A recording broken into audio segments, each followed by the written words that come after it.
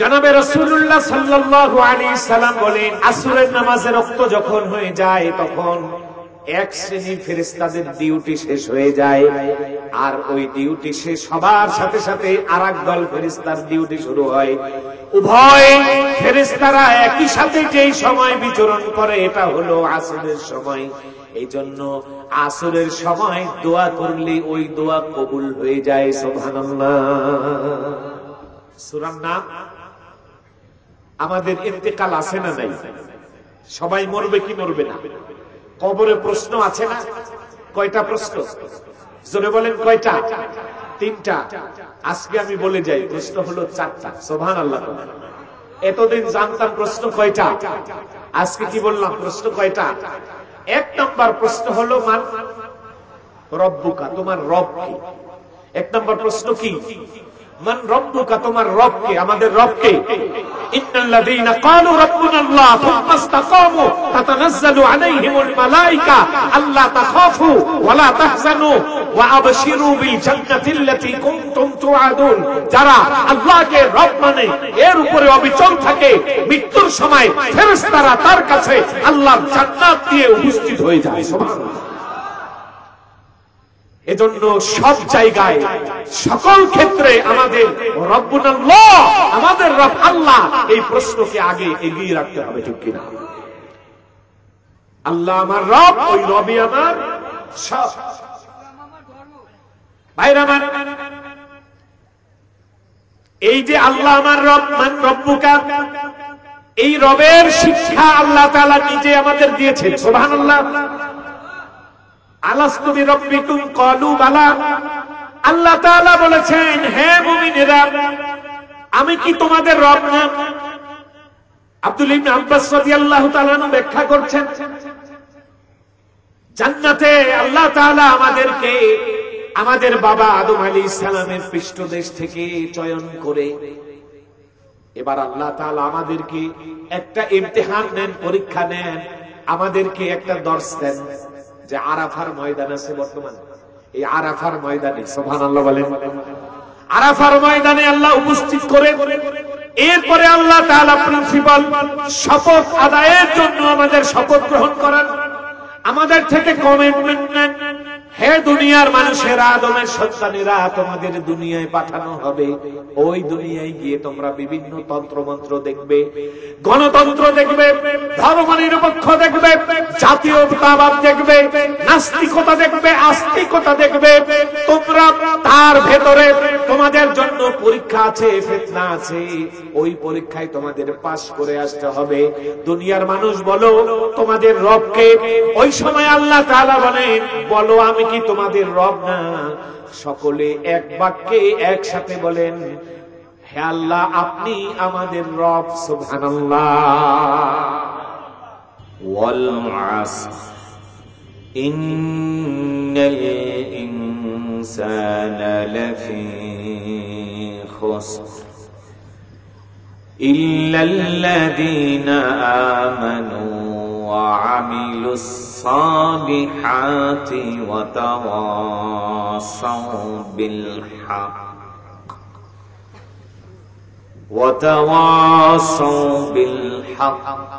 وتواصوا بالصبر صدق الله مولانا العظيم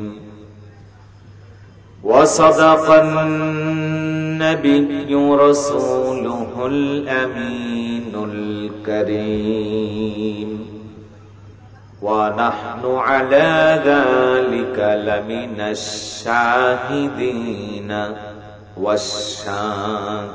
والشاكرين والحمد لله رب العالمين।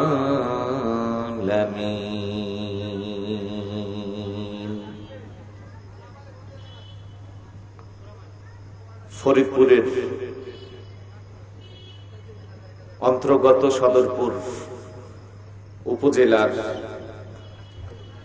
সর্ববৃহৎ, প্রসিদ্ধ এবং সর্বপ্রথম দারুল হাদিস সম্পূর্ণ শিক্ষা প্রতিষ্ঠান জামিয়া সিদ্দিকিয়া হালিমিয়ার বার্ষিক প্রোগ্রামে এই মহতি অনুষ্ঠানের সাহেবে সদর, দক্ষিণবঙ্গের গর্ব, আমাদের হৃদয়ের স্পন্দন, নির্যাতিত মানবতার পক্ষে বলিষ্ঠ কণ্ঠস্বর হযরত মাওলানা সাদিকুর রহমান সিদ্দিকী হাফিজাহুল্লাহ তাআলা, রৌনক বক্স মেহমান জনাব হযরত মাওলানা নজরুল ইসলাম কাসেমি হাফিজাহুল্লাহ তাআলা, উস্তাদুল আসাতিজা, সারা বাংলাদেশের অত্যন্ত প্রসিদ্ধ প্রতিষ্ঠান যাত্রাবাড়ি জামিয়ার সম্মানিত মুহাদ্দিস এবং সেখানে আদব বিভাগ, তাখাসসুস ফিল আদাবিল আরাবিয়্যা, আরবি সাহিত্য বিভাগের প্রধান দায়িত্বশীল আমাদের ওস্তাদ, হাজার হাজার উলামায়ে কেরামের ওস্তাদ জনাব হযরত আল্লামা শফিকুল ইসলাম দামাত বারাকাতুহুল আলিয়া, মুআজ্জাজ হাজিরিন, পর্দায় অন্তরায় অবস্থানরতা মুহতারামা মা এবং বোন, সত্য সন্ধানী তরুণ সমাজ, জাতির হাজার বছরের শ্রেষ্ঠ সন্তান হযরত উলামায়ে কেরাম, মুরব্বিয়ানে আযম, সচেতন তাওহীদি জনতা এবং দিন প্রিয়, ইসলাম প্রিয়, তাওহীদ প্রিয়, রাসূল প্রিয় সম্মানিত উপস্থিতি, আমি আপনাদের সকলকে জানাচ্ছি আন্তরিক মোবারকবাদ। সেই সাথে মুনিবের শাহী দরবারে বিনম্র শ্রদ্ধা বিজড়িত কণ্ঠে সকলে শুকরগুজার হচ্ছি আলহামদুলিল্লাহ। দুরূদ সালাম সে মহান ব্যক্তিত্বের প্রতি যার আবির্ভাবে রহমতের জল প্লাবনে মহাবিশ্ব প্লাবিত হয়েছিল। দুরূদ সালাম সে মহান ব্যক্তিত্বের প্রতি যার আগমনে মদিনা আল মুনাওয়ারার মোড় ধুলোগুলো যথারীতি স্বর্ণে পরিণত হয়েছিল। দুরূদ সালাম সে মহান ব্যক্তিত্বের প্রতি যার আনিত কোরআন, রেখে যাওয়া হাদিস, সুন্নাহ, তরিকা ইলা ইয়াউমিল কিয়ামা তথা কিয়ামত পর্যন্ত গোটা বিশ্বের সকল সমস্যার একমাত্র সমাধান। আল্লাহুম্মা সাল্লি সালাতান কামিলা ওয়া সাল্লিম সালামান তাম্মা আলা সাইয়্যিদিনা মুহাম্মদ। সকলে মুহাব্বতের সাথে স্বতঃস্ফূর্ত কণ্ঠে বলি সাল্লাল্লাহু আলাইহি ওয়াসাল্লাম। ক্বালু সুবহানাকা লা ইলমা লানা ইল্লা মা আল্লামতানা ইন্নাকা আনতাল আলিমুল হাকীম ওয়া উফাউযিদু আমরি ইলাল্লাহ ইন্নাল্লাহা বাসীরুম বিল ইবাদ। সম্মানিত উপস্থিতি, আমরা কোন ভূমিকা নিব না, আজ শুধু ভেতরের সরাসরি আমরা তাফসীর ভিত্তিক আলোচনায় চলে যাব। আল্লাহ পাক আমাদেরকে আলোচনা বোঝার, শোনার, মানার, আমল করার তৌফিক দান করুক বলে আমিন। তাফসীর হচ্ছে ফাসসারা ইউফাসসিরু তাফসীরুন, আই আল কাশফু ওয়াল ফাতহু, রুদ্ধ দ্বারকে উন্মোচন করা, বন্ধ জিনিসকে খুলে দেয়া, এটা হলো তাফসীর। বাংলাদেশে তাফসীর মাহফিলের অভাব নাই, কিন্তু বেশিরভাগ মাহফিল তাফসীরের নামে চলে, কিন্তু তাফসীর নাই, ঠিক কিনা? এজন্য যারাই কোরআনে হাকিমের কথা বলে, উচিত কোরআনে হাকিম থেকেই কথা বলা, কোরআন কেন্দ্রিক কথা বলা। কারণ এই কোরআন থেকে কথা বললে সে কথা কখনো মিথ্যা হয় না, ঠিক কিনা? আল্লাহর হাবিব বলেছেন, মান ক্বালা বিহি সাদাকা, কোরআন দিয়ে যারা কথা বলে তারা সত্যবাদী, তারা সত্য বলেছে, সত্য বলে। ওমান আমিলা বিহি উজিরা, কোরআন অনুযায়ী যারা আমল করে সে আমলের প্রতিদান আছে না নাই? যিনি দেবেন তিনি কে? ওমান হাকামা বিহি আদালা, কোরআন অনুযায়ী যারা বিচার বিশ্লেষণ করে, যাদের হাইকোর্ট, জজ কোর্ট, সুপ্রিম কোর্ট, যাদের বিচার বিভাগ, যাদের নির্বাহী বিভাগ, যাদের পাকঘর থেকে কুড়ের ঘর থেকে সংসদ পর্যন্ত আল্লাহর কোরআন দিয়ে পরিচালিত হয়, যাদের বিচার ব্যবস্থা আল্লাহর কোরআন অনুযায়ী হয়, ওমান হাকামা বিহি আদালা, সেই আদালতে কোনো নির্যাতন হতে পারে না, সেই আদালতে কোনদিন কারো উপরে জুলুম হতে পারে না, ঠিক কিনা?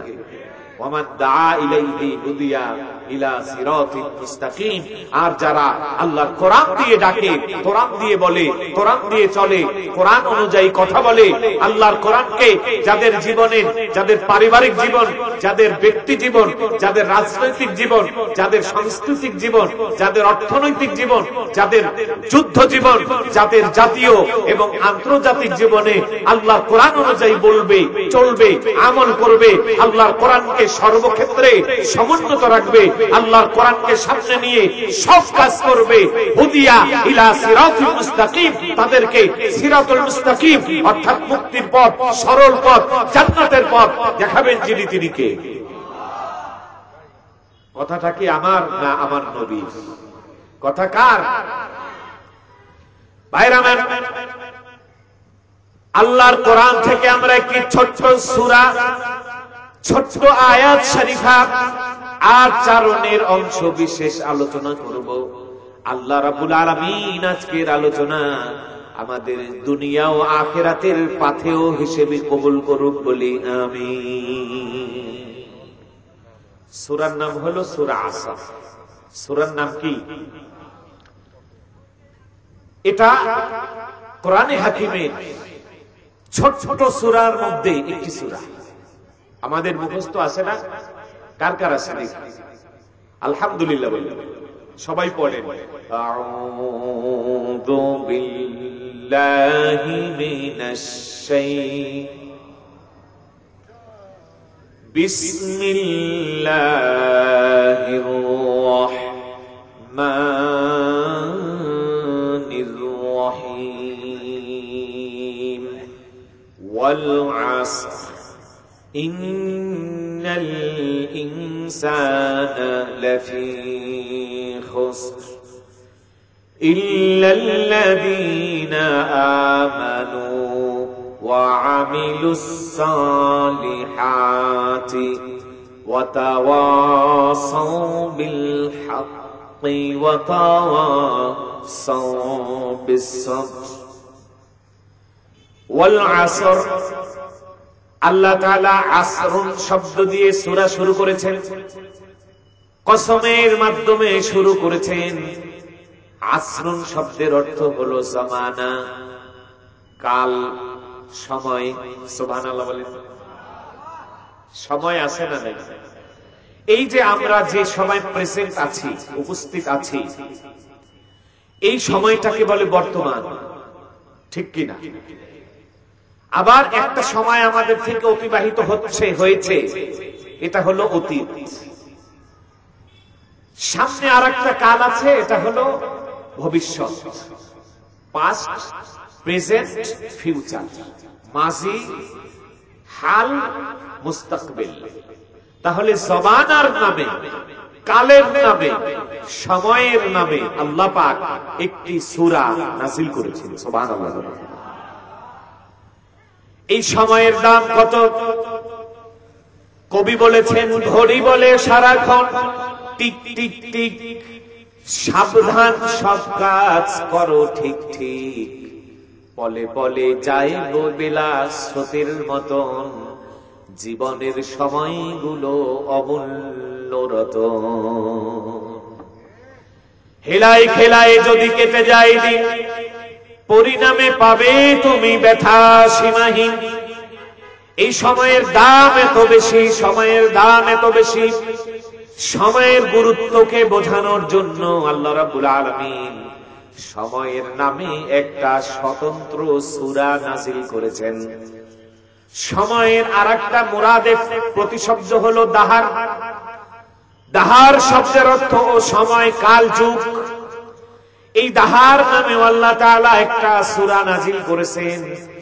আল্লাহ রাব্বুল আলামিন বলেন, হাল আতা আলাল ইনসানি হিনুম মিনাদ দাহরি লাম ইয়াকুন শাইআম মাযকুরা। সুবহানাল্লাহ।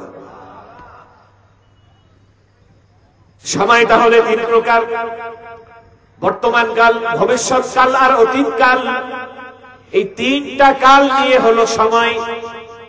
সময়কে আবার 12 দিয়ে যদি একটা চ্যালেঞ্জ করেন, সংখ্যায় আনেন, তাহলে 12 বছরে এক যুগ, ঠিক কিনা?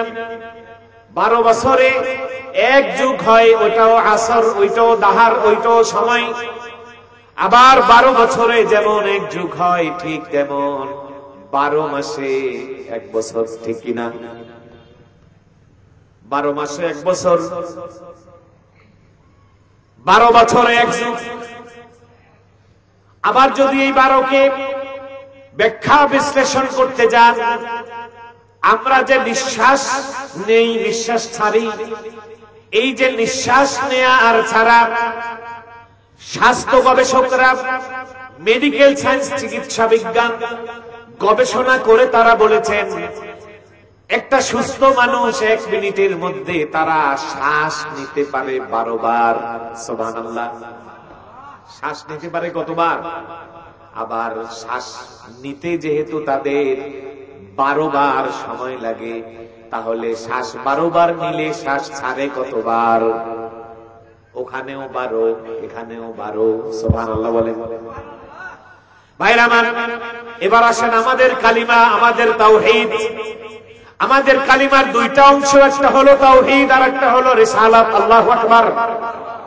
তাওহীদের অংশে যদি যান, তাহলে আমাদের কালিমা তাওহীদ অংশ হলো লা ইলাহা ইল্লাল্লাহ। এই লা ইলাহা ইল্লাল্লাহ লিখতে অক্ষর লাগে 12টা। সুবহানাল্লাহ। তাহলে বছর কত মাসে? আবার যুগ কত বছরে? 12 বছরে এক যুগ, 12 মাসে এক বছর। আবার এই 12কে যদি আনেন, এই 12 আমাদের যে কালিমা আছে, এই কালিমাকে আমরা পাঠ করি।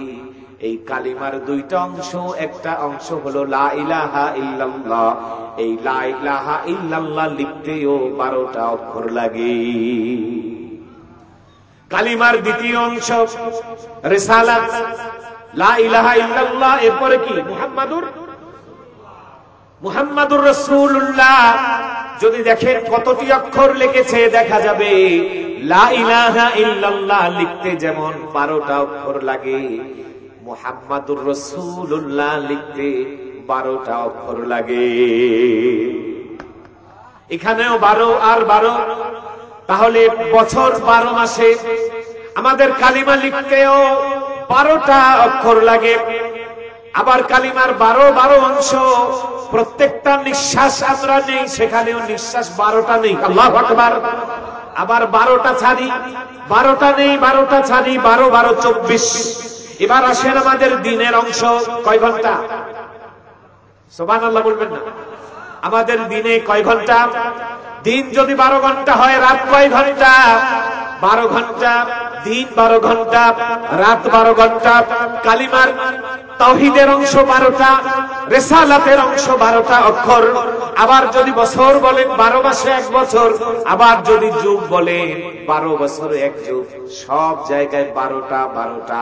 তাহলে বোঝা যায় এই কালিমা যেহেতু সব দিয়ে 12টা হয়, তাহলে 12 মিলে যুগ যুগ ধরে, বছর বছর ধরে, মাস মাস ধরে, সময় সময় ধরে, দিন দিন ধরে, ঘন্টা মুহূর্ত ধরে আমাদের সব কিছু 12র মধ্যে আল্লাহ তাআলা বন্টন করে দিয়েছেন। সুবহানাল্লাহ। এবার আসেন যারা তাসাউফ অর্থাৎ যারা আধ্যাত্মিকতা নিয়ে গবেষণা করে তাদের গবেষণা আর বিচার বিশ্লেষণ আর তাফাক্কুর তাদাব্বুরে তারা বলেছেন যে একটা মানুষ স্বাভাবিক যে নিঃশ্বাস নেয় 12টা আর ছাড়ে 12টা, এর মধ্যে একটা হলো জালালি আর একটা হলো জামালি। সুবহানাল্লাহ বলেন। জালালি হচ্ছে গরম, আর জালালির কারণে দিন হয়, সূর্য ওঠে, দিন তাপযুক্ত থাকে, গরম থাকে, খড়তাপ বেড়ে যায়। আর জামালি হলো নরম, এটা ঠান্ডা মেজাজে, এই জন্য রাত হয়, রাতে 12 ঘন্টা মানুষ ঠান্ডা বিশ্রাম পরিশ্রান্ত, তারা ক্লান্তিহীন নক্তিহীন অবস্থায় কাটায়, শান্তিপ্রিয় ভাবে কাটায়। এবার লা ইলাহা ইল্লাল্লাহর যে অংশ, এটা হলো জালালি অর্থাৎ গরম, এটা হলো তাওহীদ, এটা হলো আল্লাহর জিকির। লা ইলাহা ইল্লাল্লাহ এই জালালির কারণে আমরা যে নিঃশ্বাস নেই, লা ইলাহা ইল্লাল্লাহ এই যে নিঃশ্বাস নেই, এই জালালির কারণে দিন হয়। আর জামালি মুহাম্মদুর রাসূলুল্লাহ আল্লাহর নবীর যে কোমলতা, আল্লাহর নবীর যে মলিনতা, আল্লাহর নবীর যে সদ্ব্যবহার, তিনি যে রাহমাতুল লিল আলামিন, এই জন্য আল্লাহ পাক আমাদেরকে শান্তিপ্রিয় রাত দেন। সুবহানাল্লাহ। ভাইরা আমার, এই যে 12 সবকিছু মিললে আমাদের কালিমাও 12। এই কালিমার জিকির আছে না নাই? কালিমার জিকিরের ব্যাপারে এবার আল্লাহ তাআলা বলেন, ইয়া আইয়ুহাল্লাযীনা আমানু যিকুরুল্লাহা যিকরান কাসীরা। আল্লাহু আকবার। ওয়াসাব্বিহুহু বুকরাতাও ওয়া আসীলা। হে দুনিয়ার মানুষেরা, হে ঈমানদার, হে মুমিনেরা, তোমরা আল্লাহ পাকের বেশি বেশি জিকির করো সকাল এবং সন্ধ্যা। সুবহানাল্লাহ। এখন সকাল জিকির করবেন আর সন্ধ্যা জিকির করবেন এমন নেই, শুধু সকাল আর শুধু সন্ধ্যা। বলে বুকরাতা শব্দের অর্থ হলো বুকরাতা ওয়া আসীলা। বুকরাতান শব্দের অর্থ হলো সকাল, অর্থাৎ সুবহে সাদিক থেকে নিয়ে জোহরের নামাজের আগ পর্যন্ত যে সময়, এটাকে বলা হয় বুকরা। ওয়াসাব্বিহুহু বুকরাতান ওয়া আসীলা। আর জোহরের নামাজ থেকে নিয়ে আবার সুবহে সাদিক সাহরির শেষ সময় পর্যন্ত যে সময়, এটাকে বলা হয় আসিল। তাহলে বুকরাতা ওয়া আসীলা এটা শুধু সকাল সন্ধ্যা না 24 ঘন্টা? 12 24 ঘন্টা আল্লাহ পাকের জিকির করতে হবে। 24 ঘন্টা আল্লাহ পাকের জিকিরের মধ্যে মশগুল থাকতে হবে। এই 12 সাথে যদি কেউ সম্পর্ক না রাখতে পারে, আল্লাহ পাক তার জন্য বলছে তার বাজিয়ে দেবে 12টা। নাউজুবিল্লাহ। একজন আরেকজনের সাথে সম্পর্ক নষ্ট হয়েছে, ঝগড়া হয়েছে, কি কয়, আমি তোর কয়টা বাজাবে? এই 12টা মানে ভালো না খারাপ? আল্লাহ পাক এটাই বোঝাতে চাচ্ছেন, আমার কালিমার অংশ 12টা, আমার রাসূলের রিসালাতের অংশ 12টা। দিন 12, রাত 12, মিনিট 12, সংখ্যায় 12, বছর 12, যুগ 12। এই যে 12তে মিলে 12 যে একটি সমষ্টি হয়েছে, এই 12র সাথে 12 24 আল্লাহ পাকের জিকিরের মধ্যে তোমাকে মশগুল থাকতে হবে। যদি আল্লাহর জিকির না করতে পারো, 12র সাথে সম্পর্ক না রাখতে পারো, তাহলে তোমারও বেঁচে যাবে 12টা। ঠিক কিনা ভাইরা? এই হলো ওয়াল আসরের সময়, যুগ। এই যুগের যে ব্যাখ্যা দাহার, এটা হলো 12। সেই 12র বিশ্লেষণে যে 12র একটি সংখ্যা এসেছে, এটা গেলাম, এবার রেখে দিলাম। আসরের এক অর্থ হলো যুগ, যেখানে হয় 12 আর 12। 2 নম্বর আসর মানে সময়, অক্ত। এই সময় যে 3 প্রকার বলেছিলাম, মাজি, মুস্তাকবিল, হাল, অতীত, বর্তমান, ভবিষ্যৎ, পাস্ট, প্রেজেন্ট, ফিউচার। এই 3টা সময় আমাদের জন্য। মানুষ অতীতকে ভুলে যায়, বর্তমানে সিদ্ধান্ত নিতে গিয়ে ভুল করে, আর ভবিষ্যৎ সম্পর্কে মানুষ জানেই না। তাহলে বোঝা যায় মানুষের সামনে 3টা কাল থাকে, আর আল্লাহ রাব্বুল আলামিনের কাছে 7টা কাল হলো বর্তমান কাল। সুবহানাল্লাহ। আল্লাহ পাক এজন্য আসরের কসম খেয়েছেন। এবার আসেন আসরের আরেকটি অর্থ। আমরা যে নামাজ পড়ি প্রত্যেক দিন কয় ওয়াক্ত? ফজর, যোহর, আসর, মাগরিব, এশা, এই 5 ওয়াক্তের মধ্যে প্রথম ওয়াক্ত কি? ফজর। প্রথম ওয়াক্ত কি? সবাই একমত যে ফজর। আচ্ছা, দিনের প্রথমে এবং শেষে আমরা যে সালাত আদায় করি, ঈদের দিন রমজান মাসের চাঁদ ওঠে, চাঁদ উঠলে আমরা রোজা রাখি না ভেঙে ফেলি? তাহলে ঈদের দিন আসলো কি আসলো না? আচ্ছা, ঈদের দিন যে এসেছে চাঁদ ওঠার মাধ্যমে, এই যে মাগরিবের নামাজ পড়লাম, এটা কি আমাদের শুরুর নামাজ না শেষের নামাজ? তাহলে প্রথম ওয়াক্ত কোনটা? কোনটা? মাগরিব হলো প্রথম ওয়াক্ত। সুবহানাল্লাহ। প্রথম ওয়াক্ত কি? মাগরিব, এরপরে এশা, এরপরে ফজর, এরপরে যোহর, সর্বশেষ কি? সূরার নাম কি? ওয়াল আসর। আসরের আরেকটি অর্থ আসরের নামাজের ওয়াক্ত। সুবহানাল্লাহ। ভাইরা আমার, এই আসরের নামাজের ওয়াক্তের গুরুত্ব আল্লাহর কাছে আছে না নাই? জনাবে রাসূলুল্লাহ সাল্লাল্লাহু আলাইহি সাল্লাম বলেন, আসরের নামাজের ওয়াক্ত যখন হয়ে যায় তখন এক শ্রেণীর ফেরেশতাদের ডিউটি শেষ হয়ে যায়, আর ওই ডিউটি শেষ হবার সাথে সাথে আরেক দল ফেরেশতার ডিউটি শুরু হয়। উভয় ফেরেশতারা একই সাথে যেই সময় বিচরণ করে, এটা হলো আসরের সময়। এই জন্য আসরের সময় দোয়া করলে ওই দোয়া কবুল হয়ে যায়। সুবহানাল্লাহ। সূরার নাম। আমাদের ইন্তেকাল আছে না নাই? সবাই মরবে কি মরবে না? কবরে প্রশ্ন আছে না? কয়টা প্রশ্ন? জোরে বলেন কয়টা? 3টা। আজকে আমি বলে যাই, প্রশ্ন হলো 4টা। সুবহানাল্লাহ। এতদিন জানতাম প্রশ্ন কয়টা, আজকে কি বললাম প্রশ্ন কয়টা? 1 নম্বর প্রশ্ন হলো মান রব্বুকা, তোমার রব কি? 1 নম্বর প্রশ্ন কি? মান রব্বুকা, তোমার রব কে? আমাদের রব কে? ইন্নাল্লাযীনা ক্বালু রাব্বুনাল্লাহ সুম্মা ইসতাকামু তাতানাজ্জালু আলাইহিমুল মালায়েকা আল্লা তাখাফু ওয়া লা তাহজানু ওয়া আবশিরু বিল জান্নাতিল্লাতী কুনতুম তুআদুন। যারা আল্লাহকে রব মানে, এর উপরে অবিচল থাকে, মৃত্যুর সময় ফেরেশতারা তার কাছে আল্লাহর জান্নাত দিয়ে উপস্থিত হয়ে যায়। সুবহানাল্লাহ। এজন্য সব জায়গায় সকল ক্ষেত্রে আমাদের রব্বুনাল্লাহ, আমাদের রব আল্লাহ, এই প্রশ্নকে আগে এগিয়ে রাখতে হবে, ঠিক কিনা? আল্লাহ আমার রব, ওই রবই আমার সব। ভাইরা আমার, এই যে আল্লাহ আমার রব, মান রব্বুকা, এই রবের শিক্ষা আল্লাহ তাআলা নিজে আমাদের দিয়েছেন। সুবহানাল্লাহ। আলাস্তু বিরাব্বিকুম ক্বালু বালা। আল্লাহ তাআলা বলেছেন, হে মুমিনেরা, আমি কি তোমাদের রব না? আব্দুল্লাহ ইবনে আব্বাস রাদিয়াল্লাহু তাআলা ব্যাখ্যা করছেন,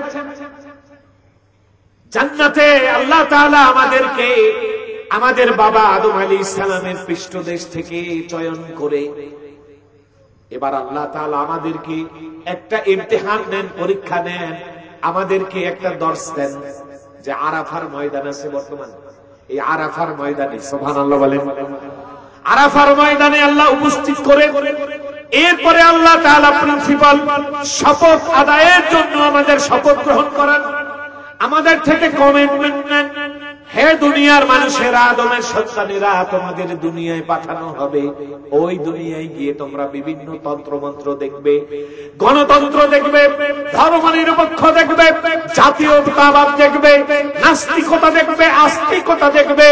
তোমরা তার ভেতরে তোমাদের জন্য পরীক্ষা আছে, ফিতনা আছে, ওই পরীক্ষায় তোমাদের পাস করে আসতে হবে। দুনিয়ার মানুষ বলো তোমাদের রবকে? ওই সময় আল্লাহ তাআলা বলেন, বলো আমি কি তোমাদের রব না? সকলে এক বাক্যে একসাথে বলেন, হে আল্লাহ, আপনি আমাদের রব। সুবহানাল্লাহ। ওই শপথের মালা গলায় পরিয়ে আল্লাহ পাক আমাদেরকে দুনিয়ায় পাঠিয়েছেন। ফলশ্রুতিতে আল্লাহর হাবিব বলেছেন, কুল্লু মাউলুদিন ইউলাদু আলাল ফিতরাতি ফাআবওয়াহু ইউহাউইদানিহি প্রত্যেকটা মানুষ ওই শপথের উপরে থেকে পৃথিবীতে আসে যে আল্লাহ হচ্ছে তার রব, আর এভাবেই সে জন্মগ্রহণ করেছে।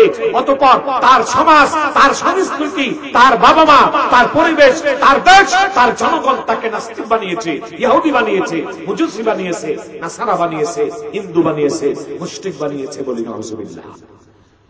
এ রবের কথা যেন ভুলে না যায়। এজন্য আল্লাহ তাআলা নামাজের মধ্যে রবের আওয়াজ তুলে দিলেন। নামাজের মধ্যে দাঁড়িয়ে প্রথমে আমরা বলি আলহামদুলিল্লাহি রাব্বিল আলামিন। নামাজে রবের কথা আছে না? আল্লাহ তাআলা এবার বললেন শুধু তাই না, রুকু থেকে যখন ওঠে তখন বলো রব্বানা লাকাল হামদ। আবার সিজদার মধ্যে গিয়ে সুবহানা রাব্বিয়াল আযীম। আবার রুকুর মধ্যে গিয়ে সুবহানা রাব্বিয়াল আলা। এভাবে রবের আওয়াজ করতে থাকো, রব জপতে থাকো। যদি জপতে থাকো, কবর দেশে তোমাদেরকে যে প্রশ্ন করা হবে, 1 নাম্বার মান রব্বুকা, তোমার রব কে? তখন তুমি উত্তর দেবে রব্বি আল্লাহ, আল্লাহ হচ্ছেন আমার রব। সুবহানাল্লাহ। প্রশ্ন কয়টা বলেছিলাম? এতদিন জানতাম কয়টা? 4টার মধ্যে গেল একটা, আছে কয়টা? 2 নাম্বার প্রশ্ন আমা দীনুকা। মুরব্বী বলেছেন ইসলাম আমার ধর্ম। এই প্রশ্ন আল্লাহু আকবার। ওয়ামা দীনুকা, তোমার দ্বীন কি?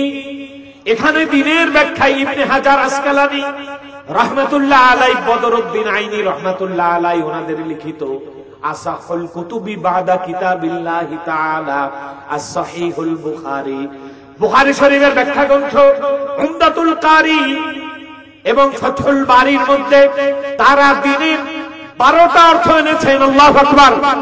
এই 12টার অর্থের মধ্যে লেখেন আদ-দীনু আন-নাসিহা, আদ-দীনু আল-বাদলা, আদ-দীনু আল-মিল্লা, আদ-দীনু আদ-দাইনু, আদ-দীনু ইয়াউমুদ্দিন, আদ-দীনু আল-খুলুকু, আদ-দীনু আত-তারিকাতু, আদ-দীনু আল-মুআমালাতু, আদ-দীনু আল-মুআশারাতু। দ্বীন শব্দের অর্থ হলো প্রতিদান, দ্বীন শব্দের অর্থ হলো সামাজিকতা, দ্বীন শব্দের অর্থ হলো ঋণ, দ্বীন শব্দের অর্থ হলো তাসাউফ, দ্বীন শব্দের অর্থ হলো কল্যাণকামিতা। সাথে সাথে 12 নম্বরে গিয়ে বলেন আদ-দীনু আস-সিয়াসাতু, দ্বীন শব্দের অর্থ হলো ইসলামী রাজনীতি। সুবহানাল্লাহ। তাহলে দ্বীন শব্দের অর্থ যদি রাজনীতি হয়, দুনিয়ায় যদি কেউ ধর্ম নিরপেক্ষ রাজনীতি করে থাকে, সে কোন রাজনীতির পক্ষে না। নাউজুবিল্লাহ। কবরে যাওয়ার পরে জিজ্ঞেস করে ওমা দীনুকা, তোমার রাজনীতি কি ছিল? যদি বলে আমার রাজনীতি ছিল আওয়ামী লীগ, উপায় আছে না নাই? রাজনীতিক বিএনপি, রাজনীতি জাসদ, রাজনীতি নাস্তিকতা, রাজনীতি গণতন্ত্র, এই সমস্ত রাজনীতির পরিচয় দিয়ে আল্লাহর কাছে পার পাওয়া যাবে? রাজনীতি হবে ইসলাম। রাজনীতি হবে কি? আল্লাহ তাআলা বলেন ওমাইয়াবতাগি গায়রাল ইসলামি দীনা, ইসলাম ছাড়া যারা অন্য রাজনীতি করবে ফালাই ইউকবালা মিনহু, তার থেকে কোনো আমল গ্রহণ করা হবে না। ওয়া হুয়া ফিল আখিরাতি মিনাল খাসিরিন, আর সে আখিরাতে ক্ষতিগ্রস্তদের অন্তর্ভুক্ত হয়ে জাহান্নামে যাবে। বলি নাউজুবিল্লাহ। এবার খাসিরিন কারা? আবার আল্লাহ তাআলা ব্যাখ্যা করেন রব্বানা যালামনা আনফুসানা, পড়েন না রব্বানা যালামনা আনফুসানা ওয়া ইল্লাম তাগফির লানা ওয়া তারহামনা লানাকুনান্না মিনাল খাসিরিন। খাসিরিন হলো তারা যারা নফসের উপরে জুলুম করে আর যারা আল্লাহ তাআলার অনুগ্রহ ক্ষমা পায় না। আল্লাহ তাআলার থেকে কোনো দয়া পায় না। এই 3টা থেকে 3টা কাজ যারা করে, 1 নম্বরে গুনাহ করে, 2 নম্বরে গুনাহ মাফ করাতে পারে নাই, 3 নম্বরে আল্লাহর পক্ষ থেকে দয়া লাভ করতে পারে নাই, সে হলো খাসিরিন। যারা ইসলাম ছাড়া অন্য কোন রাজনীতি করবে, ওয়া হুয়া ফিল আখিরাতি মিনাল খাসিরিন, তারা আখিরাতে ক্ষতিগ্রস্তদের অন্তর্ভুক্ত হয়ে জাহান্নামে যাবে। বলি নাউজুবিল্লাহ। তাহলে 2 নম্বর প্রশ্ন হলো ওয়ামা দীনুকা, তোমার দ্বীন কি? 3 নম্বর প্রশ্ন হলো ওয়ামান হাদার রাজুলুল্লাযী বুইসা ফীকুম, এই ব্যক্তিকে যাকে তোমাদের কাছে প্রেরিত করা হয়েছিল, যিনি তোমাদের কাছে এসেছিলেন তিনি হলেন জনাবে মুহাম্মদুর রাসূলুল্লাহ সাল্লাল্লাহু আলাইহি ওয়াসাল্লাম। রাদিতু বিল্লাহি রাব্বাও ওয়া বিল ইসলামি দীনা ওয়া বি মুহাম্মাদিন নাবিয়্যা ওয়া রাসূলা সাল্লাল্লাহু আলাইহি ওয়াসাল্লাম। প্রশ্ন হলো কয়টা? এই যে তিনটা প্রশ্ন, এই তিন প্রশ্নের উত্তর যে দিতে পারবে তাকেই 4 নাম্বার প্রশ্ন করা হবে। আল্লাহু আকবার। তাহলে কবরে প্রশ্ন হলো কয়টা? এতদিন আমরা জানতাম কয়টা? এতদিন জানতাম 3টা, এখন জেনে নিলাম 4টা। 4 নাম্বার প্রশ্ন হলো ওয়ামা ইলমুকা বা ওয়ামা ইউদ্রিক। 4 নাম্বার প্রশ্ন হলো ফেরেশতারা বলবে তুমি যে 3টা প্রশ্নের উত্তর দিয়েছো, এই প্রশ্নের উত্তর তুমি কিভাবে দিলা, কোথায় পেলা, কেমনে জানলা? সুবহানাল্লাহ বলে। এবার সে বলবে করাতু কিতাব আল্লাহ। সুবহানাল্লাহ কোন? করাতু কিতাব আল্লাহ, আমি আল্লাহর কিতাব পড়েছি, আমি আল্লাহর কিতাব পড়েছি। ওয়া আদরাকতু ফীহি, এবং আল্লাহর কিতাবের মধ্যে পেয়েছি আল্লাহ আমার রব, ইসলাম আমার ধর্ম, আর মুহাম্মদ আমার নবী। সুবহানাল্লাহ। এই 3টা প্রশ্ন। 4 নাম্বার প্রশ্নের উত্তর হলো এটা আমি কোরআনে পেয়েছি, আল্লাহর কিতাবে পেয়েছি। এই 4 প্রশ্নের উত্তর যখন দেবে তখন একটা গায়বী আওয়াজ আসবে, আওয়াজে বলা হবে সাদাকা আবদি, আমার গোলাম সত্য সত্য বলেছে, উত্তর দিয়েছে। সুবহানাল্লাহ। এবার আল্লাহ তাআলা বলবেন ফেরেশতারা আর দেরি নয়, কবর বড় ভয়াবহ জায়গা, এই ভয়াবহ অশান্তির জায়গাটা শান্তি প্রিয় বানায় দাও। সুবহানাল্লাহ। আলবিসু লাহু মিনাল জান্নাহ, সে দুনিয়া থেকে সামান্য সস্তা সাদা কাপড় পরে দুনিয়া থেকে কবর দেশে এসেছে, এবার তাকে জান্নাতের পোশাক পরিধান করায়া দাও। ওয়াফরিশুহু মিনাল জান্নাহ, কবরের মাটি ঠান্ডা মাটি, এই মাটিতে তাকে রেখে দিও না, জান্নাত থেকে বিছানা বিছায় দাও। সুবহানাল্লাহ। ওয়াফতাহু লাহু বাবান ইলাল জান্নাহ, আর তার কবর থেকে জান্নাত পর্যন্ত কালেকশন করে একটা দরজা খুলে দাও, জান্নাতের আবহাওয়ার মধ্যে সে ঘুমিয়ে থাকো। এবার ফেরেশতারা বলবেন নাওমাতাল আরুস, দুনিয়ায় নতুন জামাই নতুন দুলা যেমন ঘুমিয়ে থাকে আপনি তেমন জান্নাতি ঘুম পেড়ে থাকেন। সুবহানাল্লাহ। তাহলে কবরে আমাদের প্রশ্ন আছে না নাই? আমাদের আজকের সূরার নাম কি? এই আসরের পরীক্ষা কবরে আছে। আল্লাহু আকবার বলেন। কেমনে আছে? হাদিসে পাকের মধ্যে আল্লাহর নবী বলেন একটা মানুষ যখন ইন্তেকাল করেন, মরে যান, কবর দেশে চলে যান, সাথে সাথে তাকে কবর দেয়া হয়। এর মধ্যে যারা নামাজি কবর দেশে শুয়েছে, যখন শুয়ে থাকে কবরে দিয়ে মানুষজন যখন চলে যায়, ইল্লিন থেকে তার জীবনটা, তার জানটা, তার রূহটা আবার ফেরত দেয়া হয়, দেহের মধ্যে ঢুকিয়ে দিলে তার হুঁশ আসে। আল্লাহর হাবিব বলেন এবার এই ব্যক্তি দেখতে পায় জোহর থেকে আসর থেকে মাগরিব পর্যন্ত যে ওয়াক্তটা এই ব্যক্তির মনে হয় ওই সময়টা পার হচ্ছে, আর সে মনে করতে পারে যে কেমন যেন আমি কবরে আছি, কিন্তু দিন গড়িয়ে চলে যাচ্ছে, আমার আসরের নামাজটা মনে হয় এখনো পড়া হয় নাই। সুবহানাল্লাহ। কবরে শুয়ে শুয়ে সে আসমান দেখতে পায়, কবরের মাটি সরে যায়, বাঁশের ছাউনি সরে যায়, কবরের ব্যারিকেড সরে যায়, পর্দা উন্মোচিত হয়ে যায়, কবরে শুয়ে শুয়ে আসমান দেখতে পায়। আসমান দেখার পরে সে পেরেশান হয়ে যায়, বেচैन হয়ে যায়, বেকরার হয়ে যায়, পাগল পারা হয়ে যায়। আমি তো নামাজি, কোনদিন নামাজ ছাড়ি নাই, আজকে কবরে এসেছি, আসরের নামাজ দেখলে আমি আল্লাহর কাছে কি জবাব দেব? আমার নামাজ পড়া লাগবে, কিন্তু আমার তো ওযু নেই। সুবহানাল্লাহ।